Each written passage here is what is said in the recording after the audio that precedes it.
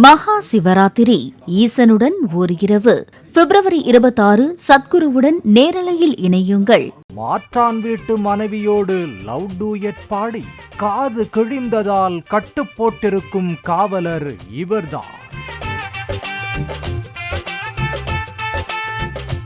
ஈரோடு மாவட்டம் அந்தியூர் மைக்கேல் பாளையம் ஊராட்சிக்குட்பட்ட பாலக்குட்டை பகுதியைச் சேர்ந்தவர் சதீஷ்குமார். இவர் கடந்த 2013ஆம் ஆண்டு முதல் தமிழ்நாடு காவல்துறையில் முதல் நிலை காவலராக பணியாற்றி வருகிறார். இந்த நிலையில் சதீஷ்குமார் கடந்த சில மாதங்களாக ஈரோடு மாவட்டம் கடம்பூர் காவல் நிலையத்தில் பணிபுரிந்து வந்துள்ளார். அப்போது அந்தியூர் சந்தியபாளையம் பகுதியைச் சேர்ந்த திருமணமான பெண் ஒருவருடன் காவலர் சதீஷ்குமார் திருமணத்தை மீறிய உறவில் இருந்து வந்ததாக கூறப்படுகிறது.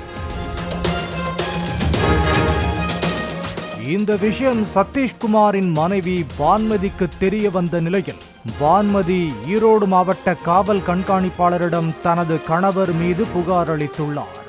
இதனால் கடந்த 2024ஆம் ஆண்டு டிசம்பர் மாதம் 7ஆம் தேதி முதல் காவலர் சதீஷ்குமார் ஆயுதப்படைக்கு மாற்றம் செய்யப்பட்டு கைதிகளை நீதிமன்றத்துக்கு அழைத்துச் செல்லும் வழிகாவல் பாதுகாப்பு பணியில் இருந்து வந்துள்ளார்.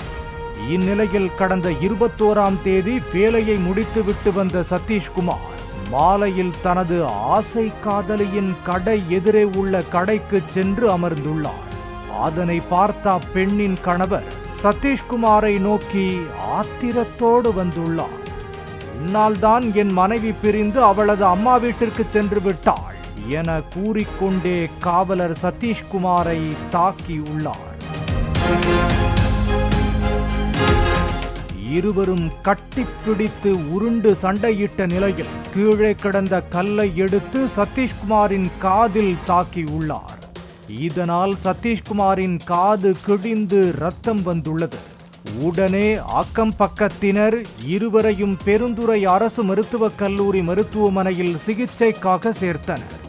காதில் ரத்தம் சொட்ட சொட்ட அனுமதிக்கப்பட்ட சதீஷ்குமாருக்கு தலையோடு சேர்த்து கட்டு போடப்பட்டுள்ளது. நடந்த சம்பவம் குறித்து இருவரும் மாறி மாறி புகார் கொடுத்த நிலையில் இருவர் மீதும் அந்தியூர் போலீசார் வழக்கு பதிவு செய்து விசாரணை செய்து வருகின்றனர்.